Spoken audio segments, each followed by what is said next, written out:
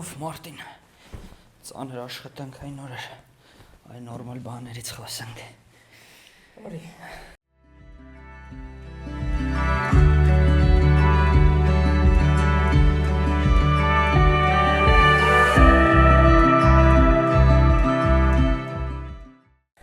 Ինչ կա, ինչ նորություն կա։ Ինչպես միշտ նորություն կա։ Այս անգամ մի տեսակ նորությունը շատ մեծ նորություն է։ 90-ականների ամենամեծ էքշն ֆիլմերից մեկը Հիթը, Սխվատկա, Ոնց որ ռուսեն Սխվատկա էր։ Սխվատկա։ Ինչ որ լուրեր են պատտվում, որ Մայքլ Մանը որոշել է նկարել Հիթի երկրորդ մասը, որտեղ Ալ Պաչինոյի պերսոնաժը, ով առաջինում դե սփոյլները, չգիտեմ, ավարտվում այնտեղ եւ մնում է մի պերսոնաժ վիլեյններից ու այդ մնացորդ վիլեյնին փնտրելու համար շարունակվում է պայքարը ու թվում է թե այդ պերսոնաժին նոր ֆիլմում խաղալու է Օստին Բատլերը։ Okay. Իսկ ֆիլմում շրջանառվող անուն ուշադրություն Լեոնարդո Դիկապրիո, Բրեդլի Կուպեր, Ադամ Դրայվեր։ Իսկ հայտնի է ում են խաղալու։ Ոչ, ինձ թվում է ես տարիքային ուսումնասիրություններ եմ իրականացրել։ Ալ Պաչինոն ինքը 95 թվականին մոտավորապես 55 տարեկան է եղել։ Դիկապրիոն հիմա 50 քանիս է։ Ինձ թվում է որ Դիկապրիոն, բայց ուզում եմ որ ինքը լինի գլխավոր այդ ոստիկանի կերպարում, բայց մի տեսակ չեմ հավատում։ Ինձ թվում է Դիկապրիոն լինելու է հիմնական վիլեյն, իսկ գլխավոր դերում միգուցե լինի Բրեդլի Կուպերը։ Բրեդլի Կուպերը։ Իսկ Բրեդլի Կուպերը քանի տարեկան է։ Ну, մոտավոր նույնն է ինձ թվում է, թե չէ։ Հեսա ստուգենք։ Բրեդլի Կուպեր։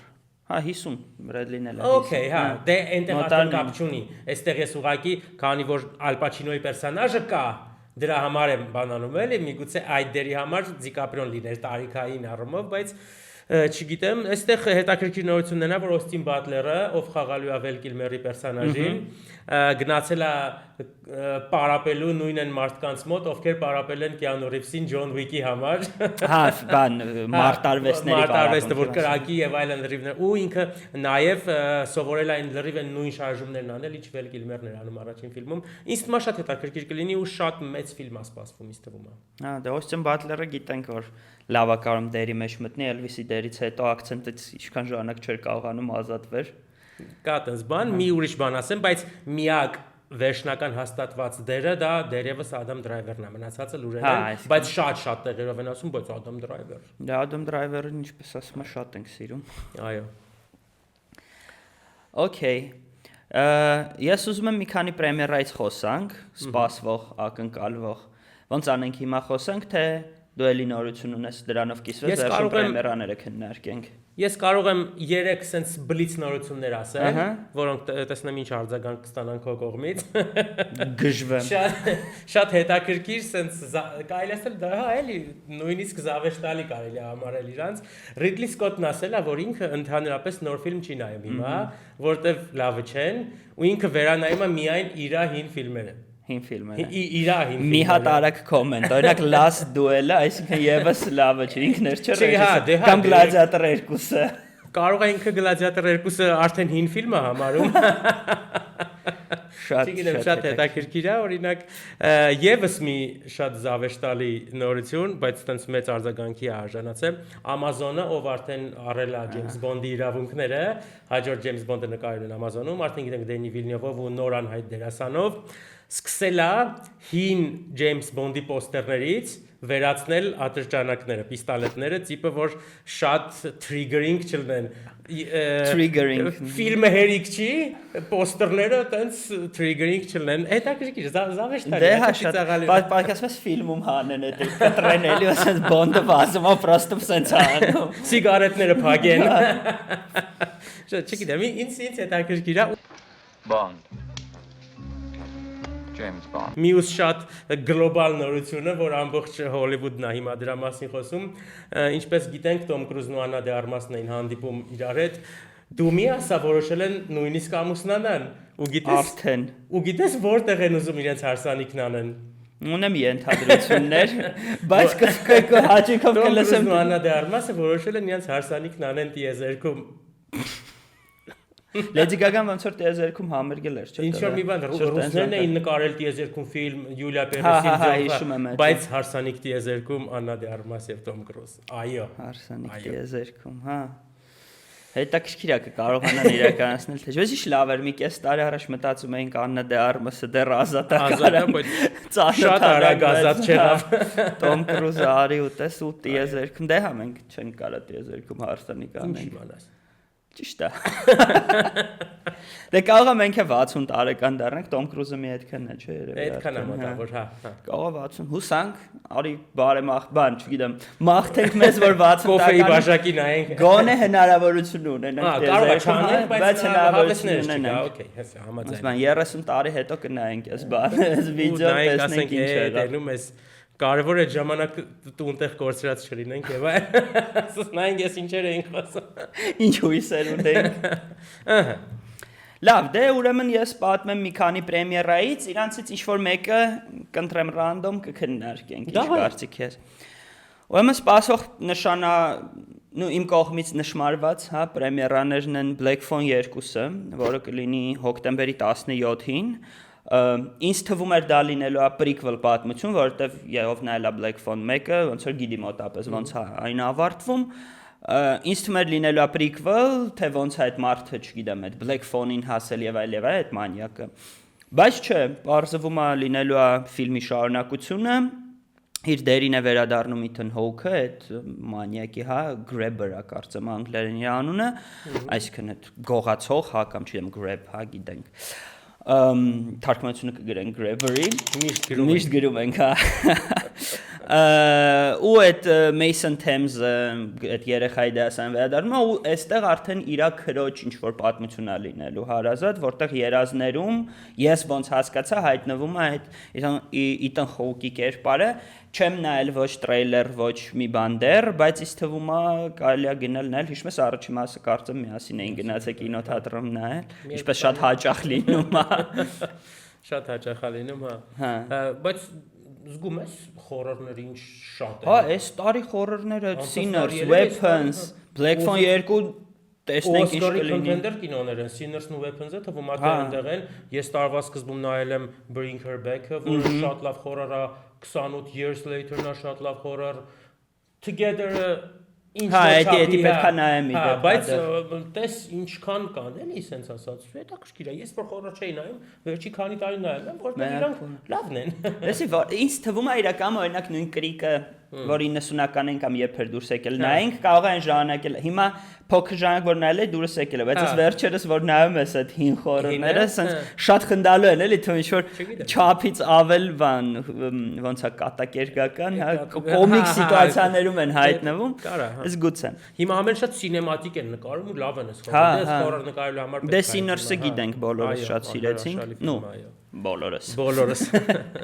Հաջորդը էլի կարանք նույն թոպիկից խոսանք, որ վերջերս նմանատիպ ֆիլմեր շատ են նկարահանվում, դա Բրյուս Սպրինգստոնի մասին ֆիլմն է, որը կոչվում է Springsteen Deliver Me From Nowhere։ Ինչ որ գրքի հիման վրա է, որը համեմատաբար վերջերս է դուրս եկել, ռեժիսոր Սկոտ Կուպեր, գլխավոր դերերում Ջերեմի Ալեն Ուայթ, Barry-ից գիտենք, Calvin Klein-ի ռեկլամից գիտենք։ Ինչ որ աղջիկներ միշտ ստիպում էին էդի նստել հետները նայել, չգիտեմ խի եմ նայում ես այդ ռեկլամը։ Չգիտեմ խի եմ նայում ես այդ ռեկլամը։ Հա, ու նաև խաղալու է Ջերեմի Սթրոնգը, ում դե գիտես ինչքան եմ սիրում, կամ կարող է ինչքան ենք սիրում։ Ամեն հաղորդմանը խոսում ենք իր մասին, հա։ Ինքը խաղալու է իր պրոդյուսերին, հա, Բրյուս Սպրինգստինի, դե Բրյուս Սպրինգստինը առհասարակ ամերիկյան երաժշտական կուլտուրան մեծ դեմք է, Օսկարակիր, այո, Ֆիլադելֆիայի համար լավագույն սաունդտրեք, Streets of Philadelphia, այո, ու էլի, հա, տես ինչքան անընդհատ ֆիլմեր են դուրս գալիս, երաժշտայի մասին Rocketman դուրս եկավ, Դիլանի կինոյանը ոնց է Շալամե հետ։ Հա, Complete, ուզում եմ երգից հիշեի չկարեմ։ Elvis-ը դուրս եկավ, անընդհատ ինչ որ դե չեմ ասում լավ կամ վատ, բայց անընդհատ ինչ որ տենց 80-90-ականների երաժշտների մասին ֆիլմեր են դուրս գալիս։ Դե Bohemian Rhapsody-ն ինձ թվում է մասշտաբապես Queen-ը մի քիչ։ Դե Elvis-ը եւի էլի մասշտաբը տենց է, բայց չնայած չէ բոլորն էլ մասշտաբային կերպարներ են, հա։ Այդ տես օրինակ ասում ենք, ես sense a complete unknown ֆիլմից ես Bob Dylan չէի լսում տենց որ։ Դե երգերը գիտեի, այդ ոնց էր Like Rolling Stone, բան Knocking on Heaven's Door։ Այդ երգը բոլորը գիտեի, բայց չէի լսում, բայց այս ֆիլմի շնորհիվ ես այս երգերից սկսեցի լսել ու իրանք հիմա իմ երկացանկում են, այսպես ասած, բերեց այս ֆիլմից դեպի ինչը չարեց Rocketman-ը, ոչ մի կերպ։ Rocketman-ը, ես Rocketman-ը տենց կպած չնայեցի տենց էլ, չնայած երգերը Elton John-ի բավական սիրում եմ, իսկական sense pop drive-ով երգ են, բայց այս քո բանին ասած, հիմա կարող է ինձ hater-ներ հայտնվեն, բայց ես մեկը ոչ մեկ չի նայում։ Իսկ որ ժամանակին նայեն, հետո ինչ են կանել։ Իրականում ուզում եմ ասել, որ ես առանձնապես երբեք, դե Bob Dylan-ին շատ շուտվանից հա, ինչ որ լիքը երգեր գիտեի, Bob Dylan երբեք չեմ սիրել ու Տիմոթի Շալամե երբեք չեմ սիրել, բայց այդ կինոից հետո ես վերանայեցի իմ վերաբերմունք համ Տիմոթի Շալամեի նկատմամբ համ Bob Dylan-ի, երկուսն էլ սկսեցին բավական դուրս գալ, չնայած նես չի մի ինչ որ երևելի ֆիլմ էր, ուղղակի այդ զգա ինչ որ էմոցիաներ ամեն դեպքում պարգևեց, տեսնենք Սպրինգստինի կինոն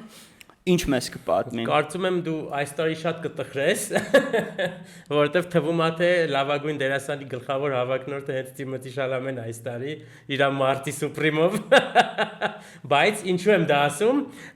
որովհետև գլխավոր հավակնորդները ոնց որ թվում են Շալամեն ու Դիկապրիոն, իսկ երրորդ տեղով արդեն գալիս է հենց Ջերեմի Ալեն Ուայթը իր Սպրինգստինով, այո։ Բայց սկորերը նայել էի, տենց շատ դեռ չեն բարձր գնահատել, բայց հեսա ռիլիզը լինի, տեսնենք բարձր չի զուտ դերասանական առումով, ես էլի ասում, դե կայքեր կան հիմա բան չանենք, այդտեղ Սպրինգստինը դեռ կա Best Picture-ի փոլերում, տենց փոլերում դեռ կա։ Հնարավորություն դեռ ունի, բայց Ջերեմի Ալեն Ուայթը համարյա հստակ լինելու է անում։ Տեսնենք, սպասենք։ Եվ վերջին pop նորությունը դե ինչպես գիտենք Հենրի Կևիլը, չգիտեմ ոնց է ճիշտ ասել, Cavill, yes, լքել էր հա Witcher-ի իր դերը ու վերջին երկու սեզոնում նկարահանվել էր Liam Hemsworth-ը, դուրս է գալիս հոկտեմբերի 30-ին Netflix-ով Witcher-ի 4 սեզոնը, ասում են որ 4-ն ու 5-րդ սեզոնները միաժամանակ են նկարվել, այսինքն կապ են ունենալու ու ես ինչքան հասկացա, սա լինելու է Netflix-ի այդ սերիաների վերջավարտը։ Տեսնենք ինչ դուրս կգա, ես երրորդ սեզոնը արդեն անկեղծ չկարողացա նայեմ, չգիտեմ ինչի պատճառով, բայց հա։ Ես նայել եմ առաջի երկու սեզոնը ոնց որ թե երրորդը չեմ նայ ու ստուգել եմ ռեյտինգները, ինչ որ կատաստրոֆիկ թվեր են երրորդ սեզոնի թվերը, այնտեղ ինչ որ 3 ու 4, 4 ու 1 տենց թվեր են, շատ 10-ից։ Չգիտեմ ինչա, հա 10-ից, չգիտեմ ինչա, որը տենց է, չգիտեմ։ Երևի թե Հենրի Քևիլը ինադու վատ խաղաց է։ Դուք ինձ նեղացրեցիք։ Այ տենց է։ Դե հա, օրինակ առաջի սեզոնին ինձ թվում է բավականին բում արեց, ես ոնց հասկանում եմ, համ գրքի սիրահարները, համ խաղի սիրահարները բոլորը գնահատեցին։ Դե ամեն դեպքում։ Իսկ խաղին գիրքն է չի հասնի։ Խաղին գիրքն է չի հասնի։ Դե չեմ կարդացել ցավոք, միայն խաղն եմ խաղացել։ Բայց իրականում իմ ցուցակների մեջ կա Witcher-ը, գոնե մի գիրք կարդալը, փորձել հասկանալ գրքի տեսանկյունից վսիլենն ինչպիսին է։ Հետաքրքիր ֆենտեզի է, ինքը dark fantasy է, չէ, adult fantasy է, ես կասեի։ Իմ սիրածից չի, իմ սիրածն ավելի շատ քո սիրածի նման է, Lord of the Rings-ի նման է, հա, բայց դե հետաքրքիր է։ Սպասենք տեսնենք, պրեմիերա հոկտեմբերի 30, Witcher 4-րդ եւ չէ, 4-րդ սեզոն։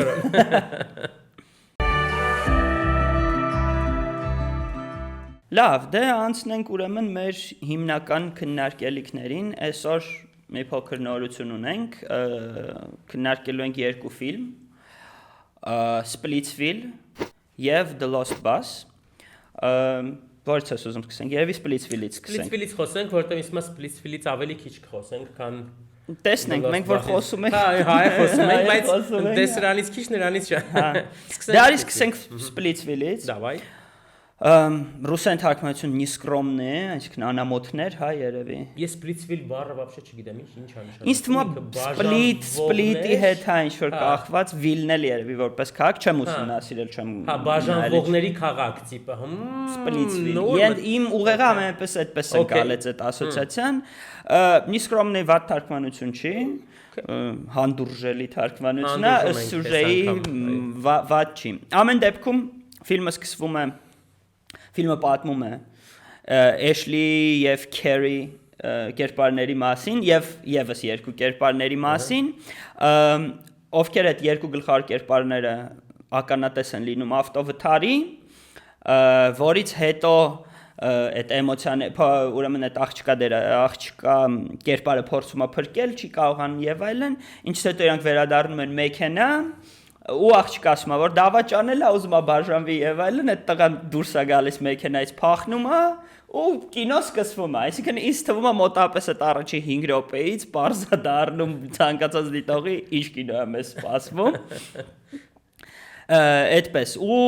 ամեն դեպքում այդ առաջի սցենաները որպես նկարահանում իմ դուր եկավ։ Ֆիլմը նկարահանել են հենց նկարահանել է ֆիլմի գլխավոր կերպարներից մեկը Մայքլ Անջելո Կովինո, ինձ թվում է ոչ մեկին ոչինչ չի ասում։ Նույնիսկ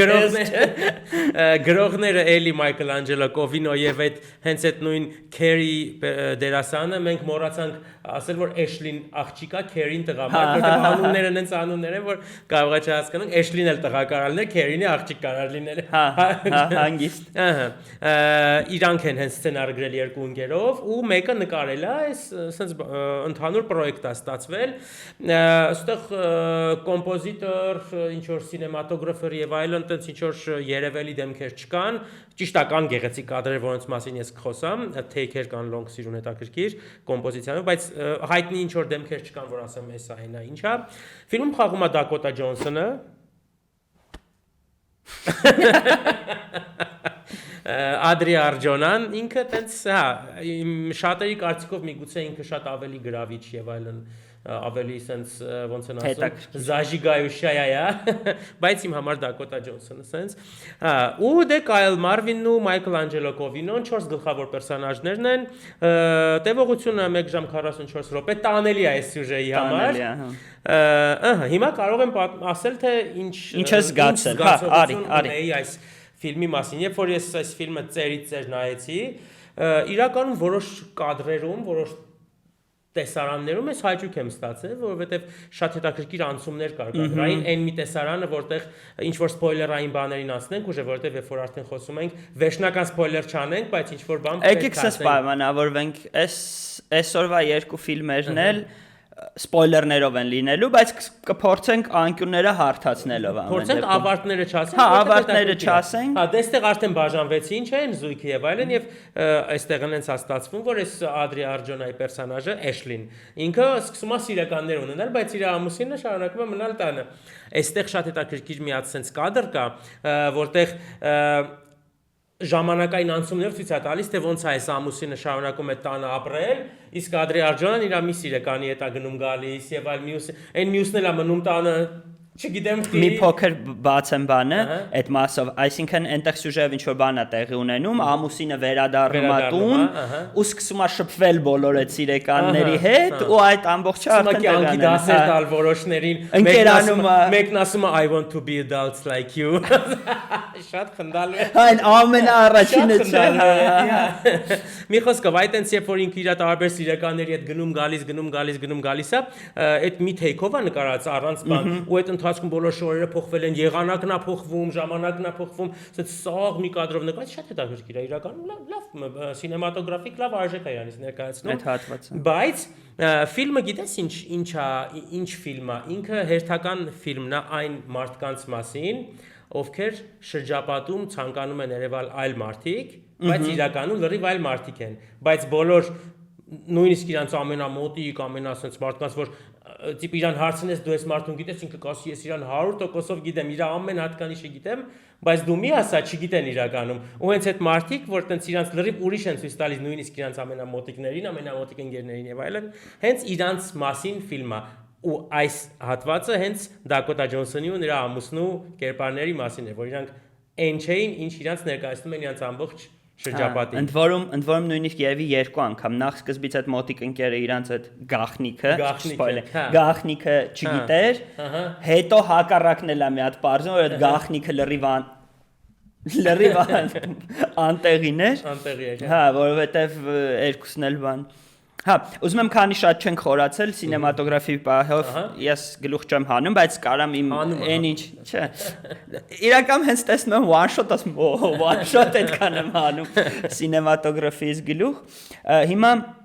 ուրեմն ինձ շատ դուր եկավ երկու սցենա, այդ առաջինը, որ մեքենայի մեջ է, սենց էս կոմ այդ ընթացքը, ինքը սենց դինամիկ էր, բայց լավ էր նայվում, այդ սկզբի 5 րոպեն միջով այդ գժանոցը սկսվել է, ինձ թվում էր կարող է всё-таки նորմալ կինո է հեսա լինելու,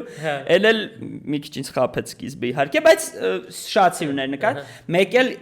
կհիշես այն պահը, որ երկու տղաների կերպարները կռիվ են սկսում տանը անել։ Այդ պահ համ խորեոգրաֆիան դուրս շատ եկավ, ոնց են այդ պերեխոդները ամեն ջարդած բանի գինը ասում են,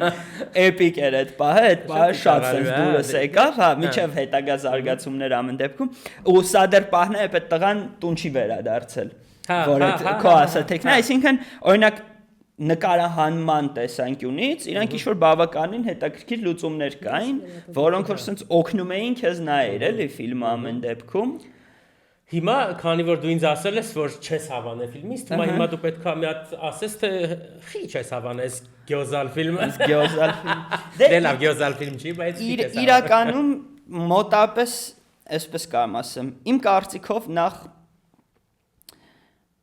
ոնց ասեմ, բոլոր գլխավոր կերպարները գիժ էին։ Ես այտենց պիտակավորում եմ ուզում իրանց տալ, հերթական երևի պատմություններ նրա մասին, թե ինչ վատ է, երբ մարդիկ անկեղծ իրար հետ չեն խոսում, մանավանդ եթե դա ամուսիններ են, հերթական նմանատիպ պատմություններ։ Զուտ էմոցիոնալ ես չկարացա ընկղմվեմ, ինչպես մեր ընկերներից մեկն է ասում, relate լինեմ կերպարներին, ու իմ կարծիքով հիմա մեծամիտ կհնչի, ես անկեղծ այդ կարծիքի մասին չունեմ, բայց մարտի մասին շատ լավ կարծիք ունեմ։ Ինձ թվում է նմանատիպ սցենար, ես ու դու նստեինք, մի տարի մտածեինք, այդ գժական նկարելը չգիտեմ, բայց սցենար նմանատիպ գրելը ինձ թվում է առանձնապես բարդություն չի բաժանում։ Եթե Դակոտա Ջոնսոնի նկարանայինք բերեինք, հաստատ կնկարեինք։ Հա, հաստատ կնկարեինք, եթե իրանք չեն խաղալու մեջ, հետաքրքիր չի լինի։ Հա, պատկերացրա որպես պատկերացրա տենց գիրք ես կարդում։ Եթե պրոստը գրած գիրք, այսինքն տենց ինչ-որ հեղինակային սիրուն բառերով եւ այլն նկարագրել, ինչ-որ պրիմիտիվ պատմություն, գուցե ինչ-որտեղ շատ փոքր տոկոսին մարդկանց վերաբերող, եթե ընդհանրապես ինչ-որ մեկին վերաբերող նմանատիպ ոնց ասեմ, exaggerate ոնց կլինի հայերեն, չափազանցված, հա, նմանատիպ չափազանցված իրականության մեջ ու հիմա մի փոքր ավելի ուժեղ սփոյլեր կլինի, իմ կարծիքով Դակոտա Ջոնսոնի պերսոնաժը սա ֆիլմում ոնց որ թե build-up է լինում, որ ինքը 4-ի միջից ամենահասուն կերպարն է, ամենահասկացողն է, ինքը ինչ-որ սիտուացիաներում իր կյանքի ու ամուսնու հետ հայտնվել է ամուսնու եւ հանգամանքների պատճառով, բայց արի ու տես վերջում այդ սաղ ոնց որ սենց վարի տան, ասեն չէ, ինքը սենց խորը պերսոնաժ չէր, ինքը պրոստը ու սաղ կինոն խոսում է, թե չգիտեմ ինչ ասեմ, կենթանական ցանկությունների մասին ուղղակի, դե հա հասկացանք միլիոնատ տենց կինո կա ու ոնց որ իրան սենց էպիկ դարձն, որպես կոմպոզիցիա ամբողջական ավելի շատ դուրս եկավ, քան չեկավ։ Բայց ես սովորաբար տենց սիրում եմ սցենարում ընկղմվածին, սիրում եմ, որ ոնց ասեմ, կինոն ինձ իր պատմությունով գրավի, այս կինոն իր պատմությունով չգրավ։ Դակոտա Ջոնսոնը չլիներ կադրում, Ադրի Արջոնան չլիներ կադրում, այդ դեբիլությունները տեղի չունենան։ Դակոտա Ջոնսոնը հերիք էր, կարող Ադրի Արջոնան չլիներ։ Դե գուցե, բայց այդ ոնց ասեմ, այդ զավեշտալի, ոչ թե ուղղակի խնդալու կամ ծիծաղ, զավեշտալի բայրը չլինի, ընդհանրապես չէր նայվել այդ կինոն։ Ես ոնց որ իրական նույնիսկ մեկ-մեկ sense մտածում եմ, կո նոթբուքս վերցնեմ, զուգահեռ մի քիչ գործ անեմ, բան, հա։ Դենց շատ գործանող չեմ իրականում, բայց դաժի մոտ էր տենց մտքերը առաջանում։ Այդտես ես ինչ որ խոսացի, դու էլ Դակոտա Ջոնսոնի պերսոնաժից խոսացիր, ինչ էր իր անունը, Ջուլի, հա։ Ջուլի։ Ինքը ուրեմն ես ասացի, չէ՞ որ ընկերները նույնիսկ չեն ճանաչում իրանց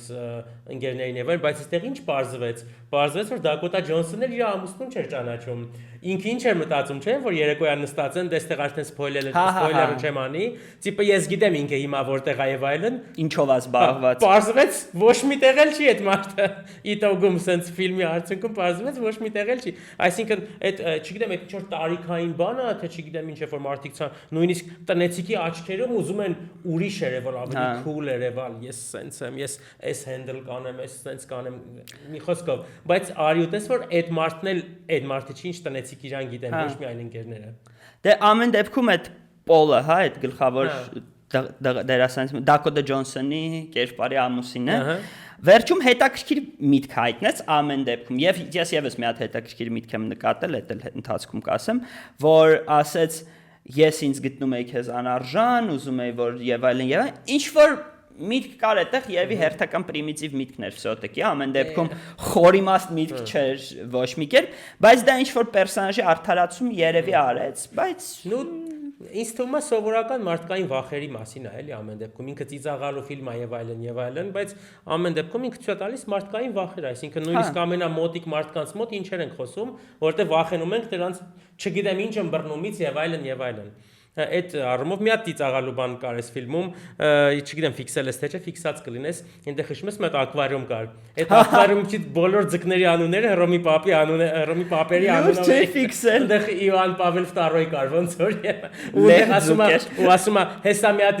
Լեոյա բերելու, մի հատ էլ ածուկ բերելու, անունը Լեո ենք դնելու։ Այնտեղ այս նորը որն է Լևոն 14-րդ, ոնց որ չգիտեմ, Ֆրանցիսկից հետո չեմ հետևել։ Մի խոսք ասում է մի հատ էլ Լեոյա բերելու, հետաքրքիր որ ձկների անունները Հռոմի պապերի անունով, չգիտեմ ինչից ելնելով են տես դրել, բայց տենց։ Բայց այդ ձկների սցենան ես մոտս նշել էի քննարկվող սցենաների մեջ, որ էլի հերթական խնդալու։ Դե հա, այդ խնդալու բաները շատ էր փորձած շահարկել, որովհետև պատմությունը ինձ թվում է այնքան այն տեսակ չի, որ շատ հետաքրքրվեց, վայ, ես ինչ ալինել, ինչա։ Աշկի դեմը տեղի է նման, ոչ մի բան չկա, էլի, բայց երբ որ այդ ծիծաղալու պահերը գալիս են ու իրանք շատ sense օրգանիկ էին, իմ համար օրգանիկ էին, արստես կռիվի տեսարաններ, հետո էլի այնտեղ ժամանակային անցում կա, ոնց են ինչ որ իվենթի պատրաստվում էլի գնում գալիս են մարդիկ են գալիս գնում այնտեղ ամուսինը ինչ որ fake girlfriend-ով է գալիս որ կնոջ շորից է ակցրեն որ ծիծաղալու էր իմ համար ինքը շատ ավելի sense պոզիտիվնի բան թողեցին վրա այդ թողեց նո սպասումներից էլ է իրականում դու նայ ֆիլմը որ նայում ես նայ դու օրինակ նայել ես այն միգուցե այն սպասումը որ դե էսա Դակոտա Ջոնսոնի հերթական ինչ որ անկապ ֆիլմ ալնելու այդ բանով ես sense դե լավ տենանք ինչ ֆիլմ կլինի հատկապես որ կաննի selection-ում այն բայց չէ բանում չի մրցույթում չի բայց պրեմիերաների մեջ ա եղել չէր լինի մրցույթում այդ ֆիլմը չի էլի ամեն դեպքում ուզում ասեմ այնտեղ էլ են ցույց տվել բայց դե այնտեղ էլ բարձային չեն ցույց տվել որ Դակոտա Ջոնսոնը Ադրի Արջոնան սիրուն հակնվեն կաննի դարոշքումն նման կան դա շատ կարևոր պահ է այդ բանով է ուզում ասել, բայց մի բան էլ արի ավելացնեմ, որովհետև մենք միշտ խոսում ենք այն մասին, որ Դակոտա Ջոնսոնը լավ դերասանուհի չի, ինչ որ, ոչ թե լավ դերասանուհի չի, ինչ որ անկապ ֆիլմերում է նկարվում։ Ես 3 ֆիլմ եմ ուզում խորհուրդ տալ նրա մասնակցությամբ, որ ես երկուսը լավն եմ համարում, այն մեկն է ցանկության Stage is yours։ Հա, մեկը ուրեմն ես 23 թվականի Դեդիո ֆիլմը Շոն Պենի հետ, ամբողջ ֆիլմը տաքսու մեջ է, Շոն Պենը տաքսիստն է, ինքը այտիշնիկ աղջիկ է գալիս Հա, ինքը այտիշնիկ աղջիկ է, գալիս նստում է մեքենան ու տենց ամբողջ ֆիլմը իր հետ խոսալով գնում են։ Բավականին լավ ֆիլմ է, շատ լավ ֆիլմ է իմ կարծիքով Cha-Cha Real Smooth-ը, ռուսերեն вообще չգիտեմ ինչա, ես իմ ինչ վրոդի Cha-Cha չգիտեմ, в общем, Cha-Cha Real Smooth, շատ լավ ֆիլմ է, 22 թվականի ֆիլմ է, այդ տարվա իմ top 20-ում է եղել, շատ եմ հավանել, ու The Lost Daughter ֆիլմը, որտեղ ինքը գլխավոր դերում չի, բայց շատ հետաքրքիր լավ ֆիլմ է, որտեղ գլխավոր դերում Օլիվիա Կոլմանն է, որի համար Օլիվիա Կոլմանը Best Actress-ի տեխնացու էր։ Այս 3 ֆիլմը Դակոտա Ջոնսոնից։ Ես խորհուրդ կտամ լսել Մարտինի խորհուրդները, եթե կինոսեր եք նայեք այդ ֆիլմերը, այս ընթացքում գուգլեցի ռուսերեն վրիտմի Cha-Cha։ Հիշում եմ որ շտոտը վրոդե Cha-Cha էր ինչ էր, հա։ Դե Cha-Cha պիտի լիներ, հա։ Ամեն դեպքում համաձայն եմ։ Գուցեև դա ես Դակոտա Ջոնսոնին դե գիտես, որպես լավ դերասանուհի չեմ։ Մի հատ էլ ֆիլմ կա լավ իր մասնակցությամբ հեսակասի social network որտեղ ինքը մի փոքր բանի կամեո անվանենք դա, բայց հա դեռ կինո չի։ Եզրակացություն Իմ համար ինքը մասցիների մեջ, հա, բայց ներքևի մասցիների, ոչ թե վերևի։ Իմ համար ինքը ավելի շատ կարելի է եւ չնայելի մեջ է։ Հետևաբար կարելի է եւ չնայել։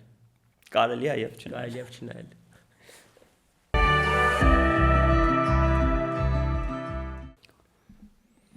Դե ինչ, անցնենք հաջորդ ֆիլմին։ Հաջորդ ֆիլմը The Lost Bus ֆիլմն է, որը էլի Netflix-ի ասում, որը դուրս է եկել Apple TV streaming պլատֆորմայում։ Ֆիլմը պատմում է դպրոցի վարորդի ու դպրոցի ուսուցչուհու պատմություն,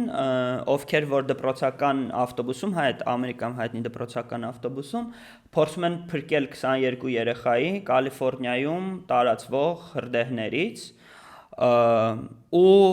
ֆիլմի ընթացքում հա բացահայտվում են տարբեր ինչ-որ ցույց են տրվում ինչ-որ խնդիրներ, որոնք ես գուգլեցի, իրանք ապացուցված էին, այդ Pacific Gas and Electric Company-ն ով իր սխալներ էր արել, իրանց հա պատճառով այդ հրդեհները, որոնք հետո 13.5 միլիարդ դոլարի փոխհատուցման ու գնահատականի են արժանացել դատարանի կողմից։ Ամեն դեպքում ֆիլմը պատմում է, թե ոնց են այդ երկու մեծահասակները փորձում փրկել, հա, ինչու՞ չէ, իրենց եւ այդ 22 երեխաների կյանքը։ Մինչև անցնենք ֆիլմի քննարկմանը, արի խոսենք այս ֆիլմը ստեղծողների մասին, որովհետև այստեղ խոսալիք կա բավականին։ Ֆիլմը նկարահանել է Պոլ Գրինգրասը, շատ մեծ ռեժիսոր է ինքը, իրան շատերը կհիշեն, դու էլ կհիշես Բորնի ֆիլմերով, բացի առաջինից, ինքը նկարել է ոչ թե իդենտիֆիկացիան, այլ Supremacy-ն ու Ultimatum-ը։ Այդ երկուսն է նկարել Bloody Sunday ֆիլմը, որը նրա breakthrough ֆիլմն է համարվում 2002 թիվն է, թե ավելի շուտ, հստակ բան չեմ անի։ Դրանով նա հաղթել է Golden Berlin Bear, Փաստորեն Բերլինի փառատոնն է հաղթել։ Ես նայել եմ նրա United 93 ֆիլմը, որը նա նկարել է, գիտես ինչի մասին, տերակտը հիշում է սեպտեմբերի 11-ի, ինքը նկարել, այնտեղ 3 սամոլոտ են, չէ, ոչ թե իսկ այն երրորդը, չէ, որ բանը պասաժիրները կարողանում են այդ բաներին, տերարիստներին, ոբշեմ իրանց բռնում են բան ու սամոլոտի տակում ընկնում է, այդ սամոլոտի իրավիճակն այդ պատմությունն է, ում բոլորը ներսում եւ այլն, դրա համար ինքը Օսկարի Best Director-ի նոմ է եղել այդ ֆիլմի համար, ինքը շատ լավ ֆիլմ է, շատ լարված, դե պատկերացրա արդեն ինչ ձևի կլինի, այս ֆիլմը նայելուց հետո այն ֆիլմը պատկերացրա։ Ինքը շատ հայտնի լավ ֆիլմեր է նկարել, Կապիտան Ֆիլիպս, իդեպ ինքը ծերակտային բաների մասին ֆիլմեր շատ է նկարում, երևի կհիշես Նորվեգիայեն Բրեյվիկի իրադարձությունը, որ մտել էր եւ հուլիսի 22-ին, հենց հուլիսի 22 կոչվող ֆիլմ է ինքը նկարել, հենց այդ ամեն ինչի մասին, այդ ֆիլմը եղել է Վենեցիայի փառատոնի Golden Lion-ի տեխնացու։ Մի խոսքով, իսկ վերջին ֆիլմը, որ նա նկարել էր, դա News of the World-ներ Tom Hanks-ի մասնակցությամբ, էլի շատ լավ։ Կապիտան Ֆիլիպսն էլ էր, չէ՞, Tom։ Կապիտան Ֆիլիպսն էլ էր, ինքը մի խոսքով այս տեսակի մարդու հետ գործ ունենք, ով տես ինչ ճանապարհ ունի անցած, ի տարբերություն վերևի տղեկի, ասած եկել էին Դակոտա Ջոնսոնին ու Մադրի Արջոնային, ասած խաղացնեին ինչ որ։ Սցենարը ինքն էլ է գրել Պոլ Գրինգրասը, Բրեդ Ինգլսբի, ինքը շատ հայտնի դեմք չի, բայց ինքը գրել է ամբողջությամբ Mayor of Easttown սերիալը, Kate Winslet-ի մասնակցությամբ շատ ուժեղ սերիալ է, որ աննկարագրելի։ Ինքը այդ սերիալը ինքն է գրել ու պատմությունը գրքի հիման վրա է, Լիզի Ջոնսոնի գրքի վրա է, այսինքն այդ դեպքերը տեղից են էլի վերցրել, ու տենց ավելի հեշտ է գրքից են վերցնում։ Կոմպոզիտորը Ջեյմս Նյուտոն Հովարդ 191 ֆիլմի երաժշտության հեղինակ, 9-ակի Օսկարի տեխնացու, բայց ոչ մի հատ չի հաղթել։ Շատ առաջին անգամ Օսկարի նոմ ա եղել 92 թվականին Prince of Tides-ի համար, վերջին անգամ 2021-ին News of the World-ի համար նույն։ Մի խոսքով ինքը շատ sense, ինքը Dark Knight-ի երաժշտությունն էլ ա գրել Hans Zimmer-ի հետ։ Համահեղինակ են ու իրար հետ տարել են Grammy որպես լավագույն soundtrack։ Grammy են տարել Dark Knight-ի համար։ Dark Knight-ի համար երկուսով այդ տեսակի դեմք է ինքը, շատ հայտնի ֆիլմեր, King Kong, Hunger Games, Maleficent աներ, I Am Legend, Devil's Advocate, Sixth Sense մի խոսքով էլի այն որ բոլոր կինոները շատ հայտնի է էլի, հա, բայց Օսկար չունի ֆեքշմարտը։ Մի խոսքով ինքն է երաժշտության այդտեղ կարող է մանեջ գալիս։ Չէ, դե Օսկարակիր Ջոն Ուիլյամսն է, ինքը տենց ազգանունն էլ է նման Ջեյմս Նյուտոն հո։ Իսկ սինեմատոգրաֆերը Պալ Ուլվիկ Ռոքսետ նրանով է հիշատակվում ինքը, որ այն հուլիսի 22 ֆիլմը հենց Պոլ Գրինգրասի հետ ինքն է նկարահանել։ Ֆիլմի գլխավոր դերերում նու կարելի է դերասաններից երկու հոգու մասին խոսալ ընդհանրապես, հա, Մեթյու Մակկոնախի, Օսկարակիր, ոնց որ դու ես ասում, Օսկարակիր Dallas Buyers Club-ի համար, նու այնտեղ իր ֆիլմերը Interstellar, The Wolf of Wall Street ու True Detective-ի մասին չմոռանանք։ Ես նաև շատ եմ սիրում Mad ֆիլմը, քեզ խորհուրդ կտայի նայել, շատ sense cool պերսոնաժ է ինքը կռուտոյ, ու Ամերիկա Ֆերերան, ով Barbie-ի համար Օսկարի տեխնացու եւ Emmy-ներ, Golden Globe-ներ ունի, Best Musical or Comedy մի հատ ունի, Ugly Betty սերիալի համար 3 անգամ նոմ ա եղել դրա համար, մի անգամը հաղթել է, այդ իր դաստիճանյաներն են, բանը կինոյի եւ սերիալների ասպարեզում, ըհը։ Արի գիտես, քանի որ Մակկոնեհից խոսացիր, իմաց sense ես կինոն նայում եմ, sense կերպարը դուրս գալիս էր ու մի հատ հարց առաջացավ։ Ես հիշում եմ էլի, հա, համեմատաբար փոքր տարիքում, տենտե շատ են նայում, այնտեղ 9-10-ին միշտ կինոներ էին միանում, ու անընդհատ Մեթյու Մակկոնեհի հետ ինչ որ ռոմ-կոմ էր, մեկը մյուսի հետևից, սա ռոմ-կոմեր են, ու թվում էր թե ոնց որ էս տենց ոնց էր Ադամ Սենդլերը տենց իր անկապ կոմեդիանում, նու բոլորը չէ անկապ, լավ խնդալու էլ կա իհարկե, կապովներ էլ կան, այս Մեթյու Մակկոնեհին ինքը տենց ռոմ-կոմերի ճուվակներ միշտ, ու մեկ էլ արի ուտես Dallas Buyers Club Oscar, Gentleman-ի շատ լավ դեր է խաղում, այս ֆիլմում շատ լավ դեր է խաղում, ինչ շատ հետաքրքիր է այս իր անցումը, հա, ոնց որ տենց ռոմ-կոմերի տղայից դեպի դերասան։ Իմ կարծիքով, նու կարծիքի հարց չի, ինձ թվում է դա հենց այդ փաստն է, այդ իր մոտ այդ անցումը տեղի ունեցավ 11-12 թվերի, ինչ է, այդ ժամանակ ինքը նկարվեց True Detective-ում, ու ոնց որ True Detective-ում Dallas Buyers Club-ում ինքը մոտավոր նույն ձևի նիհարած այդ վիճակն էր իր մոտ, երկուսում էլ նու Dallas Buyers-ում շատ ավելի շատ նիհարած, այդ շրջանն Lincoln для адвоката-ն էլ այդ կողմը։ Այնտեղ ինքը շատ նիհար չի բայց, մի քիչ էլ հինն է, հա։ Իսկ ինչ վերաբերում է քո ասածներին, հա, ես հիշում եմ հարսանեկան իր արանցումը, Ջենիֆեր Լոպեսի հետ, այդ հիշում եմ այդ ֆիլմը, Armenia TV-ով շատ է ինձ տալիս, հա, նայում էի այդ ֆիլմը։ Ընկետ Խացինի հետ էլ ինչ որ կար, որ Ինչու է, ինչի հետ։ Как бросить парня за 10 минут, տենց ինչ-որ բաներ, հա, Կեյթացնն է, ոնց որ նույն ֆիլմն է։ Մի խոսքով, հա, ինքը տենց ինչ որ կերպարանափոխություն տեղի ունեցավ նրա մոտ, երևի ինքը հասկացավ, որ միգուցե իր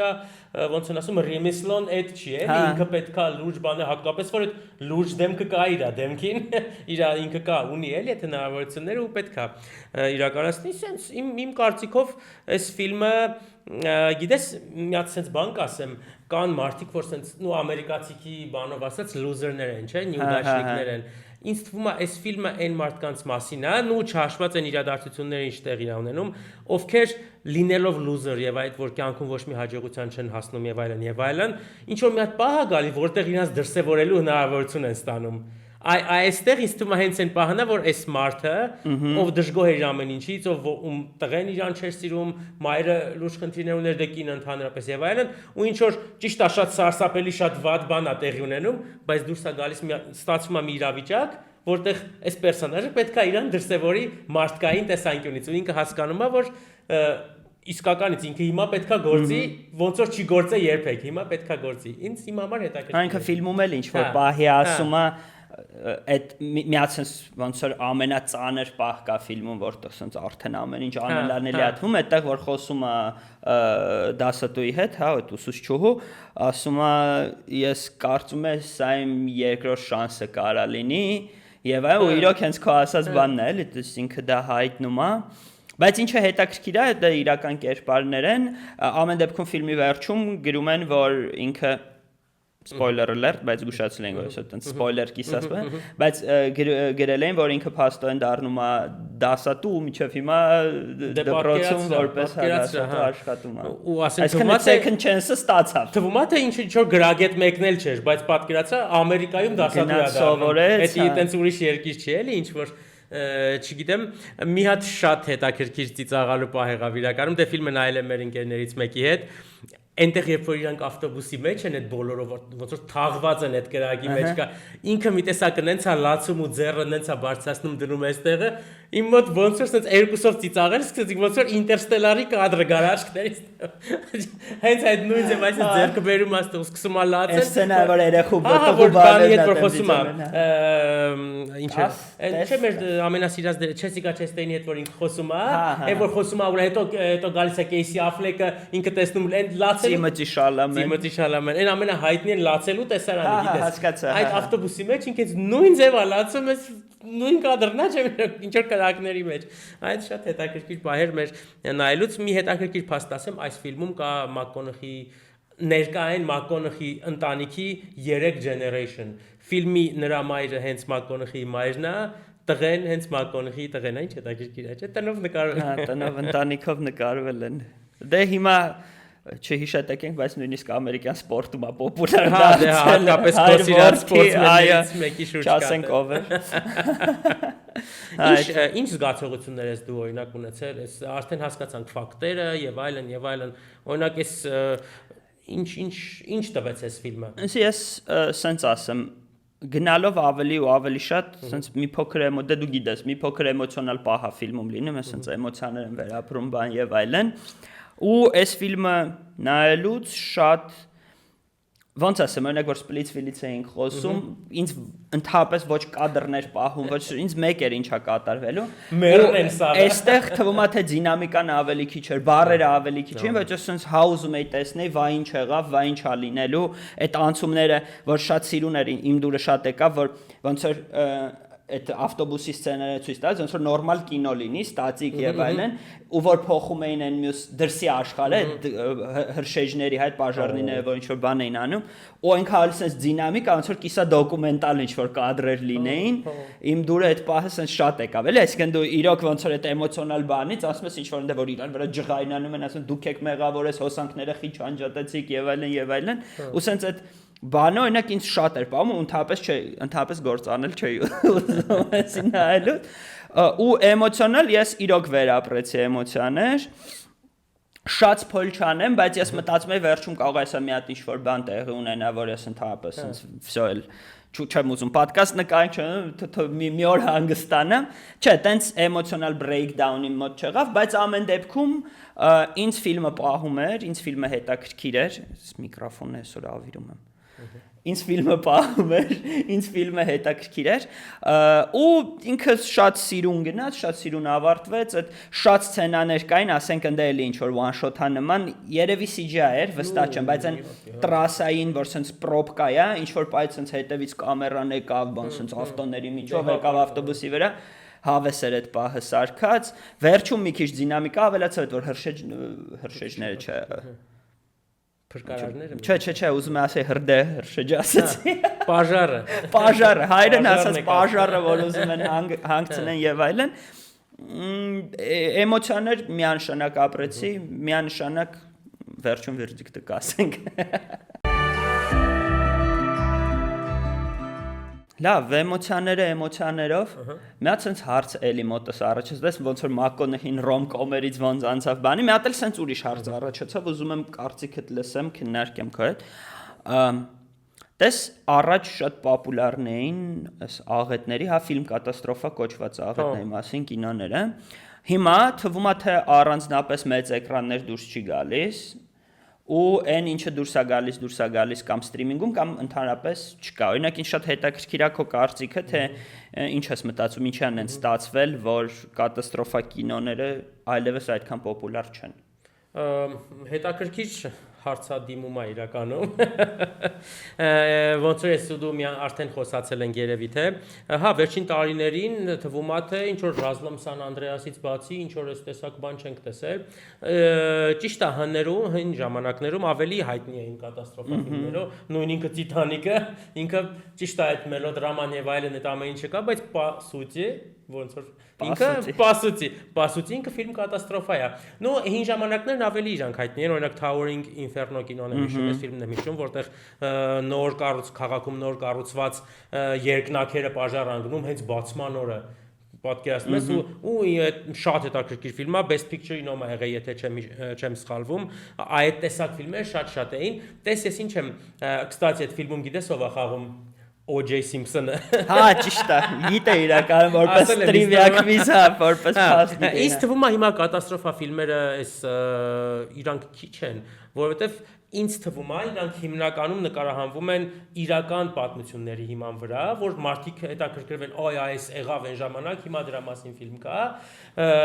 ու այդ հիմնական այդ աղետների մասին, այդ մեծամասնություն հայտնի աղետների մասին արդեն ֆիլմերը նկարվել են, ինձ թվում է։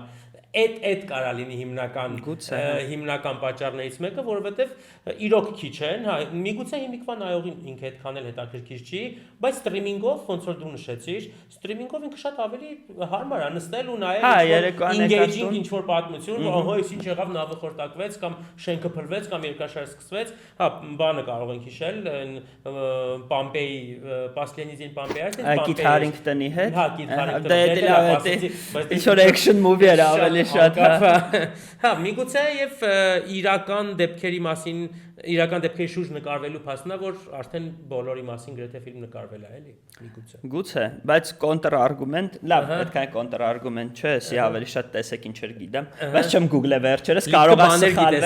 կարող է սխալվեմ, բայց ինչքան գիտեմ, Տիտանիկի մասին առաջի կինոն հենց 1912 թվականին է դուրս եկել։ Տիտանիկը 1912-ի կարծեմ ապրիլ գարնան է ինչ որտեղ խորտակվել է։ Ու կարծեմ հենց 12 թվականին արդեն Տիտանիկի մասին։ Ինձ թվում է խորտակող ա եղել, խորտակելա գնացել նկարելա, որ արագի մեջ այդ կինեմատոգրաֆի առաջի տարիներին 10-ամյակի մեջ արդեն երկրորդ 10-ամյակի։ Ինձ գիտես ինչն է հետաքրքիր, այս ֆիլմի կերպարները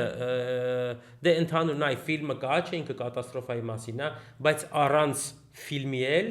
այդ կատաստրոֆայի էլ բոլոր պերսոնաժներն ու հատկապես մեր գլխավոր պերսոնաժը հենց ինքը աղետի մեջ էր, չէ, գտնվում, կատաստրոֆայի մեջ է իրականքը, երբ որ այդ ամեն ինչը լինում բրծնում է, նու արդեն սպոյլեր արել ենք, չէ, պատմել ենք այդ մասին արդեն, ինչ է դուրս գալիս, իմ մոտ մի հատ հարց առաջացավ, արդյոք իր անձնական կյանքը շատ ավելի վատ վիճակում չի, իր կյանքը, քան այն ինչ որ լինում էր, որովհետև ինքը այստեղ ինչ որ փորձում էր լուծման միջոցներ գտներ, փորձեր ստեղ անցնել, այնտեղ երեխեքին ինքը այդ կան երեխու համար պատասխանատվություն էր, չէ՞, զգում այդ կնոջ Ամերիկա Ֆերերայի համար, ինքը պետքա տանի, ինքը, բայց իր կյանքում ինքը ոչ մի բան չէր կարող անել։ Ինքը ուղղակի անհույս վարորդ էր, ով ամեն անգամ նոր շիֆթեր էր ուզում ստանալ, որ ինչ-որ ծերին հասցնել։ Այսինքն հասկանում ես, չէ՞, ինչ եմ ուզում ասեմ, ինձ թվում էր ինքը իր կյանքում շատ ավելի անճար էր, քան այս կատաստրոֆիկ իրավիճակում։ Այսինքն միգուցե կյանքն այդքան էլ միանշանակ չի էլի։ Բայց ես ասացի մի հատ էլ sense միտք եկավ, գուցե սա նաև ցուցանիշ է, որ ինքը մարդով կարողանում է խնդիր լուծելու արանքից դուրս գալ, ուղղակի դա չէր կիրառում իր կյանքին։ Ինքն իրան չէր ճանաչում։ Ինքն իրան չէր ճանաչիր, ինքդ քեզ որպես ճանաչես բանս հանճարը։ Հա, հետաքրքիր է, ես չգիտեմ։ Ու մի փաստել կա, որ այս 18 թվականի Campfire-ը մենք օրինակ տես գիտենք այս Լոս Անջելեսի վերջերս որ Կալիֆոռնիայում էլ մենք գիտենք էսա շատ աղետալի, բայց պարզվում է, որ այդ 18 թվականին շատ ավելի մեծ խնդիրներ առաջացրած ու ֆինանսական էլ միգուցե ավելի շատ առաջացրած բան է, խնդիրներ առաջացրած ու ինչն է հետաքրքիր, երբ նայում էինք ֆիլմը, ինձ լավա հուշեցին, ինձ թվում էր դե նայ, երբ որ ինչ-որ ֆիլմ են նկարում, քեզ թվում է թե ինչ-որ բան է տեղի ունեցել, դրա համար այս ֆիլմը նկարեցին։ Ինձ թվում էր թե այս ֆիլմը նկարահանած այն պատճառով, որ Լոս Անջելեսում այս վերջերս այս բաժարներն եղան, բայց պարզվեց ոչ, այս ֆիլմի նկարահանումներն ավարտվել են, այդ բաժարների սկսվելուց մի քանի ամիս շուտ։ Հետևաբար կապ չուներ ուղղակի որոշել։ Կապ չուներ ուղղակի հենց այդ ժամանակ այս ֆիլմը նկարեցին։ Դե ինչ, եզրակացության պահն է, հա, երևի հասունացել։ Իմ կարծիքով սա քանի որ անվճար է, եթե subscription ունեք, եթե subscription ունեք, principi ինտերնետում էլ կա որպես հետևանք, բայց մենք չենք սատարում, բայց կա։ Okay, մենք դից չենք նայել, yes։ Ես Apple TV-ով եմ նայել։ Անվճար է, իրոք, կարող եք հեշտ հանգիստ ցանկացած երեկո ընտրել ու նայել, ես կարծում եմ, որ սա ամեն դեպքում ինչ որ մասսի կինոների շարքին է։ Այո, մասսի է, նենց ոչիչոտ մասսի է, ներքևներից չէ։ Հա, բավականին մասսի ֆիլմ է։ Համաձայնվեցինք։ Իսկ երկանկյունին այսօր այսքանն էր։